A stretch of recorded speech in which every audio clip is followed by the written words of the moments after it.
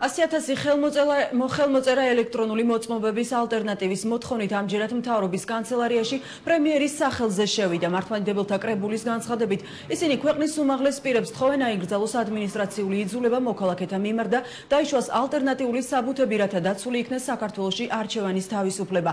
ორგანიზაციის ხელმძღვანელი ზაზა ნანობაშვილის თქმით, მათ ამ მოთხოვნით უკვე მიმართეს საქართველოს პრეზიდენტის იუსტიციის მინისტრსა და ადვოკატთა ასოციაციას. მისივე ინფორმაციით უახლოეს დღეებში ხელმოწერები უფლებადამცველ ორგანიზაციებსაც გადაეცემათ.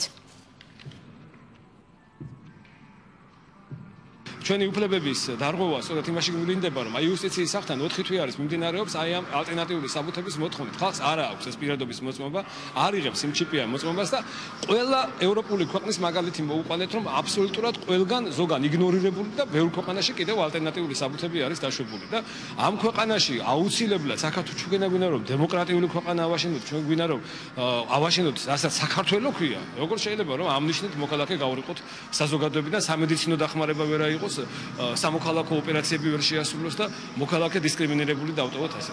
ეს ელექტრონული ბარათები არის ადამიანის პირადი კონფიდენციალური მონაცემების არამყარი შენახვის საშუალება და ასევე ადამიანის ტოტალური კონტროლის შესაძლებლობა.